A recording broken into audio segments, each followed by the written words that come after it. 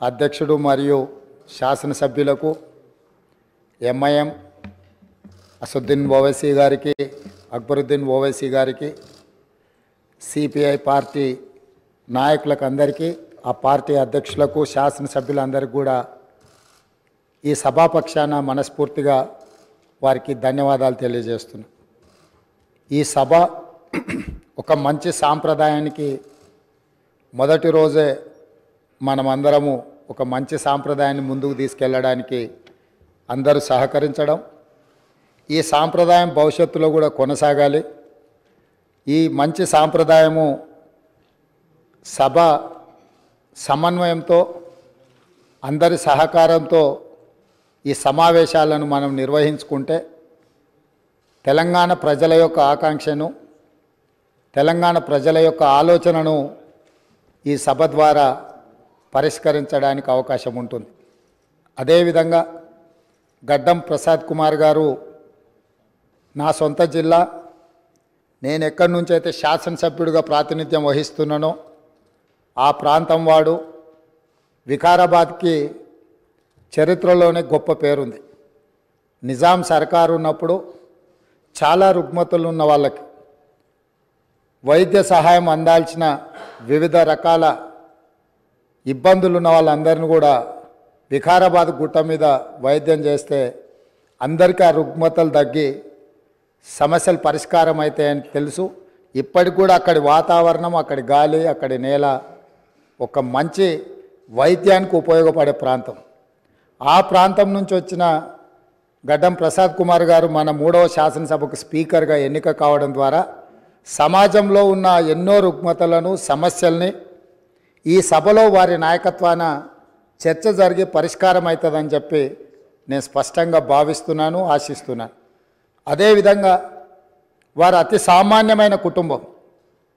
వెనుకబడి చిన్న వయసులోనే తండ్రిని కోల్పోయి కుటుంబ బాధ్యతను తీసుకొని 8 మంది సోదరీమణుల మధ్యలో ఒక్కడుగా చిన్న వయసులోనే కుటుంబ బాధ్యతను భుజాల మీద వేసుకొని 8 మంది ఆడపడుచులను సమన్వయం చేసుకుంటూ సమాజంలో కుటుంబం యొక్క గౌరవాన్ని నిలబెడుతూ ఏ లోటు రాకుండా సోదరీమణులందరినీ కూడా ఈ రోజుకు, ఆ రోజు నుంచి ఈ రోజు వరకు సమన్వయంతో ముందుకు తీసుకెళ్తున్నాడు. అంటే ఉమ్మడి కుటుంబం ఎలా ఉండాలి, ఉమ్మడి కుటుంబంలో కుటుంబ సభ్యులకు ఉండే సమస్యల్ని వాళ్ళు అడగక ముందే గుర్తించి పరిష్కరించడం తెలిసింది అని అంటే ఈ శాసనసభ కూడా స్పీకర్ గారి కుటుంబం. మనందరం కూడా వారి కుటుంబంలో సభ్యులం. అది ప్రతిపక్షమో పాలకపక్షమో విపక్షమో అనే విభేదాలు లేకుండా సభ్యులు అంటే ఈ సభ యొక్క సభ్యులు. ఆ సభ్యులు లేవనెత్తే అంశాలను, వారు లేవనెత్తిన అంశాలలో ఉన్న లోతును దృష్టిలో పెట్టుకొని తప్పకుండా స్పీకర్ గారు ఆ సమస్యలకు పరిష్కారం చూపిస్తారు. ఒక కుటుంబాన్ని, ఉమ్మడి కుటుంబాన్ని నడిపించడం, సమన్వయం చేయడం, సమాజంలో ఆ కుటుంబం యొక్క గౌరవాన్ని నిలబెట్టడం తెలిసిన వ్యక్తులు ఈ సభకు సభాధ్యక్షుడు అయిందంటే మన అందరి యొక్క హక్కులను తప్పకుండా వారు కాపాడతారు. అదేవిధంగా వారు రాజకీయ ప్రస్థానం, స్థానిక సంస్థలు ఒక ఎంపీటీసీగా వారి రాజకీయ ప్రస్థానం మొదలయ్యి అక్కడి నుంచి వారు ఎంపీపీ అవ్వడం, 2008 ఉప ఎన్నికలలో శాసనసభ్యుడిగా ఎన్నికవ్వడం, 2009లో తిరిగి వారు శాసనసభ్యుడిగా ఎన్నికవ్వడం, తర్వాత వారు మంత్రిగా సేవలు అందించడం, హ్యాండ్లూమ్ వీవర్స్కి వాళ్ళకున్న లోన్లు కానీ లేకపోతే వాళ్ళ సమస్యలను పరిష్కరించడంలో క్రియాశీలక పాత్ర పోషించడము. వారు మంత్రిగా ఉన్నప్పుడు వికారాబాదును శాటిలైట్ టౌన్గా గుర్తించి కీర్తిశేషులు పెద్దలు జైపాల్ రెడ్డి గారు అర్బన్ డెవలప్మెంట్ మినిస్టర్గా ఉన్నప్పుడు ఢిల్లీకి వెళ్ళి వారితో మాట్లాడి వికారాబాద్ పట్టణాన్ని శాటిలైట్ టౌన్గా గుర్తించి 2200 కోట్ల రూపాయలు మంజూరు చేయించి అక్కడ అభివృద్ధి కార్యక్రమాలను ముందుకు తీసుకెళ్ళి ఆ రోజు వారు అక్కడి ప్రజల యొక్క సేవలో వారు ముందున్నారు. అదేవిధంగా అక్కడ మెడికల్ కాలేజ్ కావాలని వారే ఆ రోజు ఆ ప్రతిపాదన తీసుకొచ్చి ఈరోజు మెడికల్ కాలేజ్ మంజూరు అయింది. ఇంకా స్టాఫ్, ఇతర అంశాలు కూడా కొన్ని ఉన్నాయి.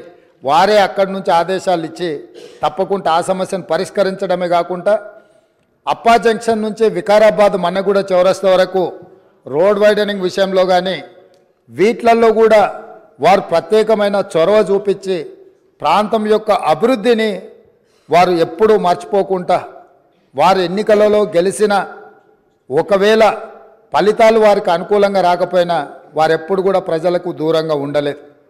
కాబట్టి ఈరోజు గడ్డం ప్రసాద్ కుమార్ గారు లాంటి వ్యక్తులు సునిశ్చిత దృష్టితో, సమస్యల అవగాహనతో, సభ్యుల సమన్వయంతో ఈ శాసనసభను వారి నాయకత్వంలో మనందరం ఒక ఆదర్శవంతమైన శాసనసభగా నడిపించడానికి వారి పూర్తిగా మన అందరికీ దశ దిశ నిర్దేశిస్తారు.